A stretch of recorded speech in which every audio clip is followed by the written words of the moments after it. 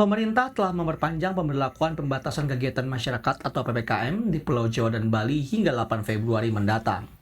Tingginya lonjakan kasus COVID-19 mendasari kebijakan perpanjangan PPKM. Lonjakan corona seakan tidak bisa dihindari. Di ibu kota, Wakil Gubernur DKI Jakarta mengatakan, sebagian besar pasien COVID-19 yang dirawat di Rumah Sakit DKI merupakan warga luar daerah.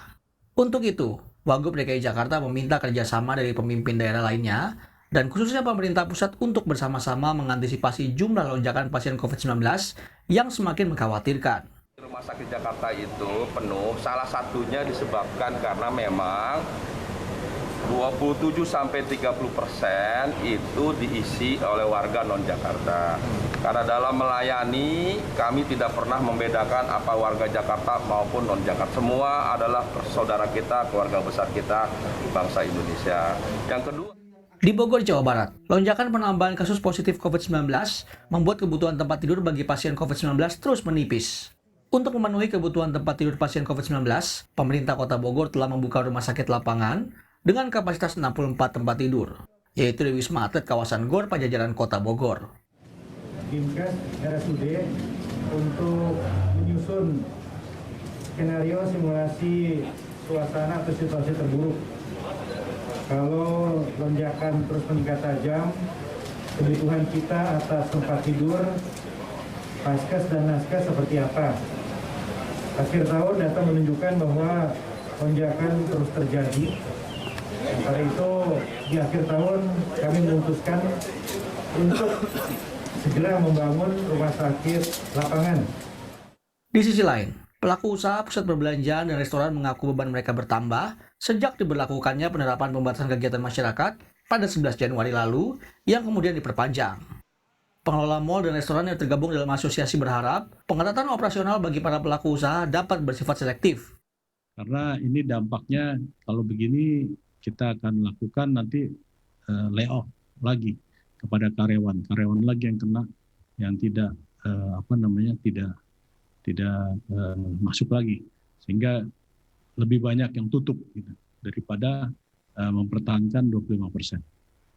Saya kira itu kondisinya, jadi permohonan kita agar tidak diperpanjang. Jika ada evaluasi, kembali sebaiknya jam bukanya diperlonggar menjadi jam 9, khusus yang sudah menerapkan protokol kesehatan. Di tengah penambahan kasus COVID-19 yang terus melonjak, pemerintah optimis program vaksin COVID-19 yang telah berjalan dapat menjadi pemulih pandemi serta pemulihan ekonomi nasional di tahun 2021. Hal ini diungkapkan Menko Bidang Perekonomian Airlangga Hartarto dalam Kompas 100 CEO Forum After Lunch Discussion secara virtual. Vaksin itu salah satu game changer karena vaksin itu diberikan untuk meningkatkan herd immunity yang 70%. Memang Indonesia ini berbeda karena Indonesia negara kepulauan, tentu berbeda dengan daratan, dan pemerintah memperkirakan untuk vaksinasi seluruhnya atau 70%, yang belum adalah mereka yang di bawah 18 tahun karena memang clinical trial-nya belum selesai. Tetapi begitu ada, tentu pemerintah akan mempertimbangkan. Vaksinasi dilakukan untuk menciptakan kekebalan komunal. Meski demikian, vaksin tetap harus diikuti dengan peningkatan testing, tracking, dan treatment atau 3T. Harapannya, vaksin COVID-19 yang tengah berjalan dapat mendorong pemulihan pandemi dan pemulihan ekonomi di tahun 2021. Tim Liputan Kompas TV.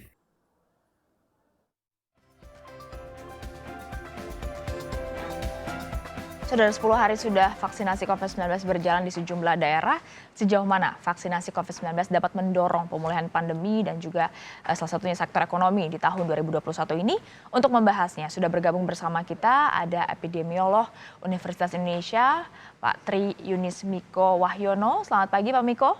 Selamat pagi Mbak Stefani. Nanti juga akan bergabung bersama kita Wali Kota Bogor, Kang Bima Arya Sugiarto. Tapi kita masih memperbaiki gangguan komunikasi yang terjadi ya. Jadi saya mau ke Pak Miko dulu, Pak Miko. Kalau dari catatan Anda sendiri Pak Miko, dari 10 hari program vaksinasi ini sudah berjalan, apa yang Anda catat? Apakah ini sudah on the track? Iya, jadi vaksin yang disediakan saja baru 3 juta dari 10 juta dosis yang seharusnya ada. Jadi persiapan logistik vaksinnya masih kurang begitu. kemudian sudah datang 15 juta bahan bakunya yang akan diproduksi oleh Bio Farma. Ya, rasanya itu akan diproduksi atau akan jadi pada awal Februari 2021. Jadi menurut saya vaksin itu akan berhasil kalau satu, logistiknya akan ada dulu. Jadi logistik pengadaan vaksinnya sudah ada, baik itu 10 juta dosis, kemudian nanti akan ada 100 juta dosis pada bulan Juni 2021, begitu harusnya. Kalau sesuai dengan kemudian 200 juta dosis pada bulan Desember. Jadi itu harus dipenuhi logistiknya. Yang kedua, distribusinya itu sudah semua provinsi, bahkan saya ikut dalam persiapan di Kalimantan Tengah, kebetulan saya ke sana, kemudian kenal kepala dinasnya, kemudian melakukan persiapan. Kalimantan Tengah akan menyakukan vaksinasi bulan Februari di salah satu kabupatennya. Tapi di Palangkaraya mungkin akhir Januari ini. Jadi kalau di salah satu kabupaten itu akhir Februari, awal Februari. Jadi menurut saya kalau itu dilihat dari time schedule Kemenkes begitu, rasanya akan selesai vaksinasi itu bulan Juni 100 juta dosis, bulan Februari 200 juta dosis, itu memang 15 bulan. Jadi bayangkan saja kalau logistiknya sekarang tertatih-tatih begitu, kemudian sampai di kabupaten, menurut saya distribusi baik. Cuman pelaksanaannya itu yang masih belum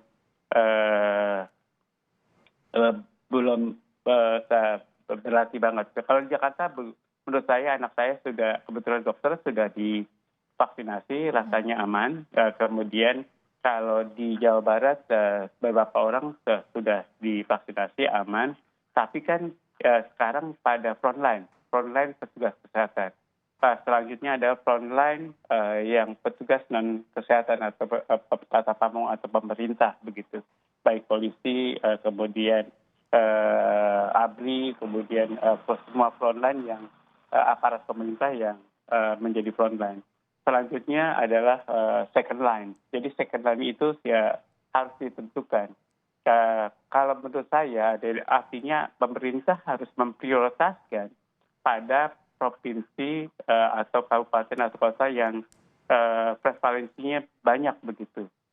Karena efek vaksin ini dengan vaksin efikasi 65% itu harusnya diprioritaskan pada provinsi atau kabupaten atau kota yang tinggi begitu. Yang rendah mungkin akan menjadi prioritas kedua atau second line-nya. Karena tujuannya ujian vaksinasi ini ada tujuan individu, ada tujuan masyarakat. Individunya adalah memberikan imunitas pada individu, masyarakatnya adalah untuk memberikan kekebalan pada populasi atau masyarakat. Kalau tujuan kekebalan populasi, ya menurut saya sangat jauh dengan vaksin efikasi 65,3%. Ya, saya mengharapkan ini akan memberikan kekebalan populasi, kekebalan individu 65% dari penduduk Indonesia 270 juta, 65%-nya akan kebal. Kemudian dan akan terjadi penurunan kasus COVID di Indonesia. Jadi saya sudah membuat modeling. Pada waktu disuntik 10 juta dosis tidak ada dampak yang berarti. Kalau 100 juta dosis pada bulan Juni itu akan ada artinya menurun jumlah kasus barunya. Kemudian pada bulan Desember 2021 dengan 200 juta dosis akan banyak penurunan atau sepertiga dari kasusnya begitu. Berarti Pak Miko baru bisa terasa efektivitasnya untuk bisa memulihkan pandemi ini, kemungkinan menurut modeling Anda adalah ketika sudah ada 100 juta dosis yang disuntikan? Ada efeknya, tapi tidak efeknya tidak besar. Akan terjadi penurunan kasus paling tidak seperempatnya lah gitu. Pada 200 juta dosis itu sepertiga kasus. Jadi Oke. sepertiga kasus kalau sekarang 14.000 sehari, kalau bulan Juni ya itu akan turun menjadi 10.000 lah paling tidak atau 11.000 Oke. di Indonesia. Ya, Pak Miko sudah bergabung bersama kita, Kang Bima Arya, Wali Kota Bogor. Kang Bima, selamat pagi. Selamat pagi, Stephanie. Kang Bima, program vaksinasi ini sudah dimulai kurang lebih 10 hari. Kalau dari Kota Bogor sendiri, apa langkah-langkah konkret yang tengah dan akan dilakukan untuk memulihkan aspek yang terdampak pandemi COVID-19 ini, Kang Bima? Kita fokus pada 3 aspek tetap ya. Penguatan kapasitas testing dengan menambah kapasitas lab PCR kita. Kedua, untuk treatment kita menambah ketersediaan tempat tidur, ruang isolasi di rumah sakit, rujukan. Kemudian kita baru meresmikan rumah sakit lapangan. Dan untuk tracing kita penguatan kapasitas surveillance kita agar orang tanpa gejala, orang dalam pengawasan bisa kita kontak, kita data, kita awasi. Itu aspek pertama. Yang kedua, kita coba seimbangkan dimensi ekonomi dengan dimensi kesehatan. Protokol kesehatan diperketat mulai dari wilayah, ada patroli kota, ada baru dibentuk juga oleh kepolisian yaitu polisi RW. Jadi 1 RW 1 polisi. Kira-kira begitu. Kalau untuk program vaksinasinya sendiri di Kota Bogor sudah berapa banyak berarti yang disuntik vaksin, Kang Bima? Ya, sampai saat ini saya kira sudah 2.000 orang ya sudah mulai berjalan dari total 9.000 nakes yang ditargetkan ya. Jadi target kita ada 9.150 dan saat ini sudah dilakukan vaksinasi ya sekitar 2.723. Timeline-nya seperti apa untuk program vaksinasi di Kota Bogor sendiri? Minggu depan mulai berjalan tahap kedua, tapi yang menjadi kendala adalah memang sistem ya. Jadi sistem SMS notifikasi yang ada ya, sehingga target itu kurang mendapatkan informasi. Ini yang kami terus komunikasikan dengan Kementerian Kesehatan. Berarti akses untuk nakes dalam mendapatkan informasi ini masih sulit atau apa yang menjadi gangguannya, Kang Bima? Ya, jadi yang sudah terdaftar itu mereka tidak mendapatkan notifikasi. Nah, ini jadi ada sistem informasi yang bermasalah. Dari pusat berarti? Dari pusat, ya dari pusat. Pak Miko, kalau melihat tadi angka yang disebutkan oleh Kang Bima, 2.000 orang dari 9.000 nakes, juga dari daerah-daerah lain yang Anda pantau sendiri. Ini kalau Anda tadi kita sebutkan targetnya adalah herd immunity, Anda melihat langkah taktis apa yang seharusnya dilakukan? Tadi ditemukan di Kota Bogor ada masalah soal gangguan komunikasi misalnya. Ya, jadi pemerintah seharusnya tidak menggunakan IT begitu. Harus dipikirkan bahwa di Indonesia bagian timur, di provinsi atau di kabupaten kota di Indonesia bagian timur, itu IT-nya tidak sampai begitu. Jadi harus dipikirkan bahwa penggunaan IT itu di daerah-daerah perkotaan kayak Kota Bogor itu pasti bisa semuanya. Tapi kalau bicara Kalimantan Tengah, minta ampun. Jadi tidak semua orang terakses oleh IT begitu. Apalagi ke Papua, Maluku, kemudian Nusa Tenggara Timur, Nusa Tenggara Barat. Jadi harus dipikirkan akses IT-nya begitu. Jadi pemerintah saya lihat bahwa laporannya juga harus pakai IT begitu. Bagus pakai IT, tapi menurut saya dipertimbangkan daerah-daerah yang tanpa akses IT.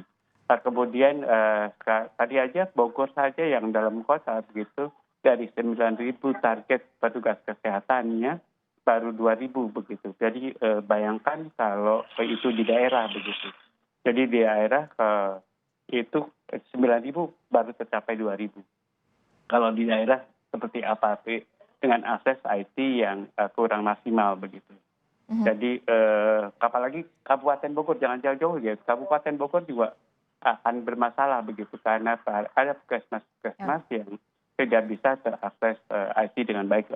Meskipun nanti petugasnya juga akan ada yang tinggal di pedesaan begitu, Mbak Stephanie. Dengan masih banyaknya catatan-catatan kendala tadi, jadi kapan kira-kira kita bisa langsung menggeber untuk menggerakkan geliat pemulihan pandemi maupun pemulihan ekonomi? Kita akan bahas usai jeda, tetap di Sapa Indonesia Akhir Pekan.